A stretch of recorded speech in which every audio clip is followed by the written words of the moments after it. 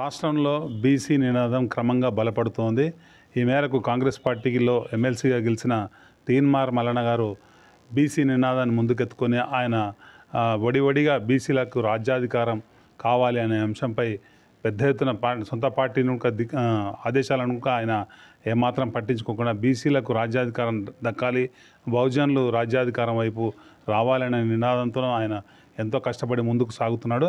ప్రస్తుతం అంటే ఈ నినాదం ఒకవైపు ఉండగానే మహబూబ్నగర్ జిల్లా కేంద్రంలో గత మంత్రి హయాంలో కూడా ధైర్యంగా అనేక దౌర్జన్యాలపై, అనేక హింసలపై, అనేక దాడులపై కూడా ధైర్యంగా ఎలుగెత్తి చాటి గట్టిగా నిలబడిన మైత్రి యాదయ్య గారు కూడా బీసీ రాజ్యాధికారం వైపుగా చాలా స్పీడ్గా ఆయన కార్యాచరణ రూపొందిస్తున్నారు. వచ్చే నెల 9న మహబూబ్నగర్ జిల్లా కేంద్రంలో పెద్ద ఎత్తున క్రౌన్ గార్డెన్ ఫంక్షన్ హాల్లో పెద్ద ఎత్తున బహుజనులకు సంబంధించిన బీసీలకు సంబంధించిన ఒక భారీ వేదికను ఆయన ఏర్పాటు చేశారు. భారీ సభను నిర్వహించబోతున్నారు. దీనికి తీన్మార్ మల్లన్న ఎమ్మెల్సీ గారిని ఆహ్వానించారు. ఆయనతో పాటుగా బీసీ నినాదం అంటే బీసీలకు రాజ్యాధికారం ఎందుకు అవసరం, ఇప్పటి వరకు బీసీల పేరిట బాగుపడ్డది ఎవరు, రాజ్యాధికారం ఎందుకు మనకు రాలేకపోయిందనే అంశాలపై అవగాహన కలిగిన ఎంతోమంది నిపుణులను కూడా యాదయ్య గారు అక్కడికి రప్పిస్తున్నారు. పెద్ద ఎత్తున ఈ కార్యక్రమం ఈ సభ నిర్వహించబోతున్నారు. ఉమ్మడి మహబూబ్నగర్ జిల్లాలోనే పెద్ద ఎత్తున జరుగుతున్న ఈ సభకు ఇప్పటికే ఏర్పాట్లు పూర్తయి వేల మందిని సమీకరించాలని ఏర్పాట్లు కూడా సాగుతున్నాయి. ఇందుకు సంబంధించిన వివరాలు అడిగి తెలుసుకునే ప్రయత్నం చేద్దాం. ప్రస్తుతం మనం మైత్రి యాదయ్య గారి దగ్గర ఉన్నారు. యాదయ్య గారు వచ్చే నెల 9న మహబూబ్నగర్ జిల్లా కేంద్రంలో బహుజన వేదిక అంటే బీసీలకు సంబంధించిన ఆత్మగౌరవ సభ అనుకోండి, బీసీల రాజ్యాధికార సభ అనుకోండి, ఇలా పేర్లు ఏమైనప్పటికీ కూడా బీసీలకు రాజ్యాధికారం రావాలి, బీసీలు అధికారంలోకి రావాలనే నినాదంతో మీరు ఒక బృహత్తరమైన కార్యక్రమాన్ని ఏర్పాటు చేస్తున్నారు. దీనికి మల్లన్న గారిని కూడా పిలిచినట్టుగా తెలుస్తుంది. అసలు ఈ సభ ఎందుకు పెడుతున్నారు, మల్లన్న గారిని ఇక్కడికి ఎందుకు పిలుస్తున్నారు? మీడియా మిత్రులు కూడా నమస్కారము. ఇప్పుడు మేము 9వ తారీఖు చేసేది బీసీ రాజకీయ చర్చా సదస్సు. బీసీ రాజకీయ చర్చ, రాజకీయం అంటే రాజ్యాధికారం ఎలా రావాలి, బీసీలకు ఎక్కడ వెనుకబడిపోతున్నాము. 70 సంవత్సరాలుగా దాదాపు 90% ఉన్న బీసీలము దేశం మొత్తంలో కానీ తెలంగాణలో కానీ వెనుకబడిపోయినాం. మొత్తం రాష్ట్రాల్లో కూడా స్వాతంత్రం వచ్చినప్పటికెళ్ళి కూడా ఒక తెలంగాణలో ఉమ్మడి ఆంధ్రప్రదేశ్లో కానీ మన బీసీ సీఎం కాలేదు, ఎవరిని కూడా కాలే కూడా. ఎందుకు కాలేదు అంటే దీనికల్లా మనలో ఐకమత్యం లేకపోవడము, వాళ్ళు వెనుకబడుతున్నాము, అనేక కారణాలు ఉన్నాయి దీంట్లో. ఈ మధ్యకాలంలో కూడా మన తీన్మార్ మల్లన్న గారు బీసీ వాదానికి సొంత పార్టీ ఉన్నా కూడా పెద్ద ఎత్తున పోరాటం చేస్తున్నాడు. దానికి మద్దతుగా మేము కూడా కులగణనలో కొంచెం తప్పుడు సర్వే అయిందంటే రీసర్వే చేయాలని మేము కోరి మేము అంబేద్కర్ చౌరస్తా దగ్గర ర్యాలీ చేసినాము. దాని తర్వాత వాళ్ళు రీసర్వే కూడా గవర్నమెంటు అనుమతి ఇచ్చింది, రీసర్వే జరుగుతుంది, అందరూ పాల్గొనాలని మేము కోరుకుంటున్నాము. కానీ ఏది ఏమైనా కూడా ఎన్ని సర్వేలు వచ్చి ఎన్ని చేసినా కూడా 40% రిజర్వేషన్ ఏదైతే రాహుల్ గాంధీ గారు చెప్పారో కామారెడ్డి డిక్లరేషన్లో, దాని ప్రకారం మాకు 40% రిజర్వేషన్ కావాలని మేము కోరుకుంటున్నాం ఇప్పుడు. ఎందుకంటే మేమంతా మాకంతా లక్షలు రావాలంటే కూడా మేము 60% ఉన్నాం బీసీలము. కానీ ఇప్పుడు లెక్క ప్రకారం 40 అంటున్నారు. సరే 40 అయినా సరే అసెంబ్లీలో తీర్మానం చేసి పార్లమెంట్కి పంపాలి. పార్లమెంట్కి పంపించకుండా బండి సంజయ్ కానీ ఈటల కానీ తర్వాత ఉన్న మన బీసీ లీడర్ కిషన్ రెడ్డి గారు కానీ వీళ్ళంతా కూడా అక్కడ ఉండి కొట్లాడి ముందు మన తెలంగాణ వెళ్ళి బాగా చెప్పాలి. రాష్ట్రం ముందర పడుతుంది మేము బీసీలము. కాబట్టి మేము కోరుకునేది ఏంటంటే బీసీలకు రాజ్యాధికారం కొరకు, బీసీల ఐక్యత కొరకు మేము పెద్ద ఎత్తున చేసినాము. బీసీ రాజకీయ సభ రేపు క్రౌన్ గార్డెన్ ఫంక్షన్ హాల్లో 9వ తేదీ నాడు మేము మరియు తీన్మార్ మల్లన్న టీం మన రవి గారు ఇద్దరము కలిసి చాలా పెద్ద ఎత్తున చేస్తున్నాము. అందుకు ఏర్పాట్లు కూడా ఆల్మోస్ట్ మేధావులను ఆహ్వానిస్తున్నాము చాలామందిని. దానికి సంబంధించి కూడా రేపు సండే రోజు 2వ తారీఖు నాడు టీఎన్జిఓస్ హాల్లో ఒక కుల సంఘాల మీటింగ్ పెట్టినాము, మేధావుల కుల సంఘాల మీటింగు, రౌండ్ టేబుల్ మీటింగ్ పెట్టినాము. ప్రోగ్రామ్ ఎలా వేయాలనే విషయం దాని గురించి కూడా అది పెద్ద ఎత్తున మేము సక్సెస్ చేస్తాం. అయితే ఇప్పటివరకు అంటే మీరు గత బీఆర్ఎస్ పాలనలో కూడా అనేక సమస్యలపై, అనేక దాడులపై కూడా ధైర్యంగా నిలబడి పోరాడారు. రాష్ట్ర స్థాయిలో కూడా మీ పేరు మారుమోగింది.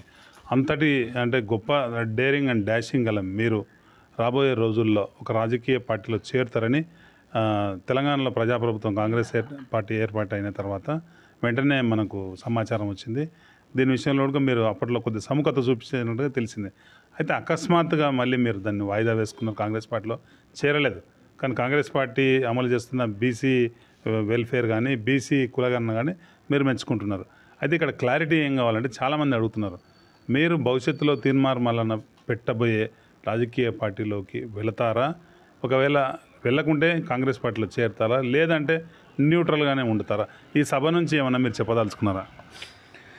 మేము కాంగ్రెస్ పార్టీలో చేరాలని అనుకున్న మాట వాస్తవమే, చాలామంది చాలా రకంగా కూడా. కాకుంటే మాకు ఇక్కడ బీసీలకు కాంగ్రెస్ పార్టీలో కూడా పెద్ద పదవులు రావట్లేదు.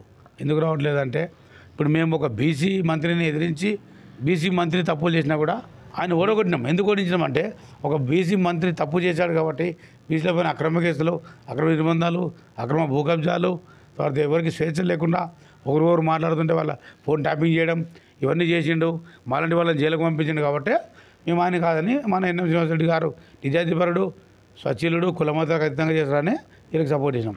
కానీ ఇప్పుడు కూడా ఇక్కడ ఏం జరుగుతుందంటే, కొంతవరకు రెడ్లకే ఎక్కువ అవకాశం ఉంది. ఇక్కడ కొట్లాడిన బీసీలను పక్కకెట్టి ఆయన చుట్టూ చిన్న కోటరే నడుస్తుంది. అక్కడ ఎమ్మెల్యే గారు కూడా దాన్ని పట్టించుకోవడం లేదు. ఈ మధ్యనే ఒక మా బీసీ పిఏ ఉండే అక్కడ, ఆయన కూడా ఎలగొట్టినారు ఈ రెడ్ల కుట్రతోటే. కాబట్టి ఎవరో శ్రీనివాస్ గౌడ్ పక్కన ఉన్న రెడ్లు వచ్చి ఈడొచ్చి పెద్దాన్ని జీలాసుకుంటూ లక్షల సొమ్ము కాజు చేసుకుంటూ ఈ పనులు చేస్తున్నారు. అవన్నీ మాకు నచ్చలేవు. దానిలో రెడ్లలో చాలామంది మంచి వాళ్ళు ఉన్నారు ఇక్కడ పాలమూరులో కూడా. ఒక పేరు చెప్పొద్దు కానీ ఒక రెడ్డి ఆయన కూడా మాలాగానే బాధితుడు శ్రీనివాస్ గౌడ్ దాంట్లో ఇదైనా పబ్లిక్ పరంగా ఉన్న అతను ఇప్పుడు ఒక బీసీలు ఎవరైనా చనిపోయినా ఏం చేసినా అమౌంట్ ఇవ్వడం కానీ, వాళ్ళకి సాయం చేయడం కానీ, కులాలకు అతీతంగా మతాలకు అతీతంగా ఎవరైనా కూడా ఆయన పని చేపిస్తున్నాడు. అలా చేయించాలి రెడ్లు. అట్లా లేని అసలు రెడ్లకు మేము ఎప్పుడు కూడా సపోర్ట్ ఉంటాము. కానీ ఇట్లా చేసే రెడ్లకే మేము వ్యతిరేకంగా ఉంటాము. కాబట్టి మా బీసీ యొక్క ఏదైతే నినాదం ఉందో, నెక్స్ట్ టైం చివరి సీఎం రేవంత్ రెడ్డి గారని మా మల్లన్న గారు చెప్తుంటారు ఎప్పుడు కూడా. కాబట్టి సీఎం బీసీ అయ్యే విధంగానే మేము మా పోరాటాలు మావన్నీ కూడా ఉంటాయి. అయితే ఈ కాంగ్రెస్ మల్లన్న పార్టీలో జాయిన్ కావడం అనేది భవిష్యత్తులో ఏమైనా మనం చెప్పలేము. ఇప్పటికైతే మేము కాంగ్రెస్కు సానుకూలంగానే ఉంటాము. కాంగ్రెస్ పరంగా రాహుల్ గాంధీ గారు ఏమైతే చెప్పాడో 44 రిజర్వేషన్ ఆయన దగ్గర కొట్లాడి మేము తీసుకునే అవకాశం కొట్లాడుతున్నాము. నేను కాంగ్రెస్ పార్టీ కాదు కదా అంటే, కానీ నేను కాంగ్రెస్ పార్టీ, కానీ కాంగ్రెస్ సపోర్టర్ అన్ని. కాబట్టి నేను కాంగ్రెస్ పార్టీకే సపోర్ట్ చేస్తుంటాము. ఎందుకంటే మాకు కులగన్న మొత్తం జిల్లాలు, మొత్తం రాష్ట్రం, దేశం మొత్తంలో ఏ రాష్ట్రం చేయలేదు. ఇప్పుడు మేము అడుగుతున్నామంటే రేవంత్ రెడ్డి గారిని 40 అయితే ముందు చేయండి, చేస్తున్నాడు. తర్వాత రాయలసీమలో 60% ఉంది బీసీలకు. అలాగే మేము ముందుకు వస్తున్నాము, అలాగే కొట్లాడతాము, అలాగే తీసుకుంటాం కూడా మేము. కానీ కాంగ్రెస్ పార్టీలో జాయిన్ కావడం అనే విషయం ఇప్పట్లో ఏముండదు. భవిష్యత్తులో ఏమైనా జరిగితే చెప్పలేము. అంటే అదే విషయంలో క్లారిటీ రావడం లేదు. అంటే మీరు కాంగ్రెస్ పార్టీ సిద్ధాంతాల వైపు, కాంగ్రెస్ పార్టీ ఎలక్షన్లో కూడా, అసెంబ్లీ ఎలక్షన్లో కాంగ్రెస్ పార్టీ గెలుపు కోసం ప్రయత్నం చేసినారు. ఎలాంటి ఒత్తిళ్ళు వచ్చినా ఒక బీసీ అనే ఫీలింగ్ తీసుకొచ్చినప్పుడు మీరు తగ్గలేదు. ఇక్కడ ఓసీ అభ్యర్థి ఉన్నా ఇక్కడనే మీరు సపోర్ట్ చేసినారు. ఆయన గెలుపులో మీరు ఒక పాత్ర పోషించారు. అయితే ఇప్పుడు అకస్మాత్తుగా మీరు చెప్పిన రీజన్స్ అనేది వాళ్ళ పార్టీ ఇంటర్నల్కి సంబంధించిన వ్యవహారాలు అయి ఉండొచ్చు. కానీ ఒక లీడర్గా మీరు చెప్పిన కారణాలు అవి వేరు. మీరు ఒక లీడర్గా కాంగ్రెస్ పార్టీ ఐడియాలజీ గతంలో నమ్మినారు కాబట్టి ఇప్పుడు ఆ పార్టీలోకి చేరుతారా లేదా, మల్లన్న వెంటనే ఉంటారా అనేది క్లారిటీ చాలామంది అడుగుతున్నారు. పార్టీ అవకాశం ఇచ్చినా కూడా మల్లన్న పార్టీ పెడితే మల్లన్న వెంబడి ఉంటాం మేము. పక్కా బీసీ నినాదం వైపే ఉంటాం ఎక్కువ మటుకు. కానీ కాంగ్రెస్ పార్టీ వాళ్ళకు సపోర్ట్ అయిన ఉంటాము, కాంగ్రెస్ పార్టీతో సంబంధాలు కూడా ఉంటాము. కాంగ్రెస్ పార్టీలో కూడా ఇప్పుడు ఎన్ఎం శ్రీనివాసరెడ్డి గారు వచ్చిన తర్వాత పాలమూరులో స్వేచ్ఛ అనేది వచ్చింది. అంటే ఫ్రీగా మాట్లాడుకోవడం, ఫ్రీగా చేయడము. సరే అప్పట్లాగా కొన్ని బడ్జెట్ లేదు, రాష్ట్ర ప్రభుత్వంలో 7 లక్షల కోట్లు అప్పైంది కాబట్టి డబ్బులు లేకపోవచ్చు, కొన్ని పనులు కుంటుపడవచ్చు, అది వేరు. కానీ మేము ఆలోచించేదంటే ఇంటర్నల్ క్యాంప్ ఆఫ్లో జరిగే రాజకీయాల గురించే, పబ్లిక్ జరిగే రాజకీయాలు మాట్లాడుతున్నాం మేము. లేదు, అది వాళ్ళ ఇంటర్నల్ కాదు. ఎందుకు కాదంటే, మేము పార్టీలకు అతీతంగా, సంఘాలకు అతీతంగా మేము గెలిపించుకున్నాం ఎన్ఎం శ్రీనివాసరెడ్డి గారిని. ఒక కాంగ్రెస్ పార్టీ వ్యక్తే కాదు ఆయన, అందరి వ్యక్తి. కాబట్టి మేము ఆయన కూడా అన్ని విషయాలు అడుగుతాం. ఎందుకు అడుగుతామంటే, కాంగ్రెస్ పార్టీ సొంతం కాదు. కాంగ్రెస్ పార్టీ వాళ్ళు భయపడిపోయారు. కాంగ్రెస్ పార్టీలో అది చలవాడు రాఘవేంద్రరాజు అంటే కాంగ్రెస్ పార్టీ ఉండి శ్రీనివాస్ గౌడ్కి పోయి కొట్టించినప్పుడు ఒక కాంగ్రెస్కు లీడర్ కానీ కార్యకర్త ఎవరు బయట రాలేదు. ఆ రోజు మేము బయటకు వచ్చి వాళ్ళకు అండగా ఉన్నాం. కాంగ్రెస్ వాళ్ళు ఎక్కడ పోయినారు అప్పుడు? ఆయన భయపడి ఎవరు బయట రాలే. ఇదే బీకే రెడ్డి కాలనీలో చెరువు నీళ్ళు వచ్చి మొత్తం మునిగిపోతుంటే శ్రీనివాస్ గౌడ్కి భయపడి ఎవరు బయట రాలేకపోయినరు. నేను మునురవి మొత్తం ఫుడ్ పంచడానికి మా టీం అంతా పనిచేసినాం. అలాగే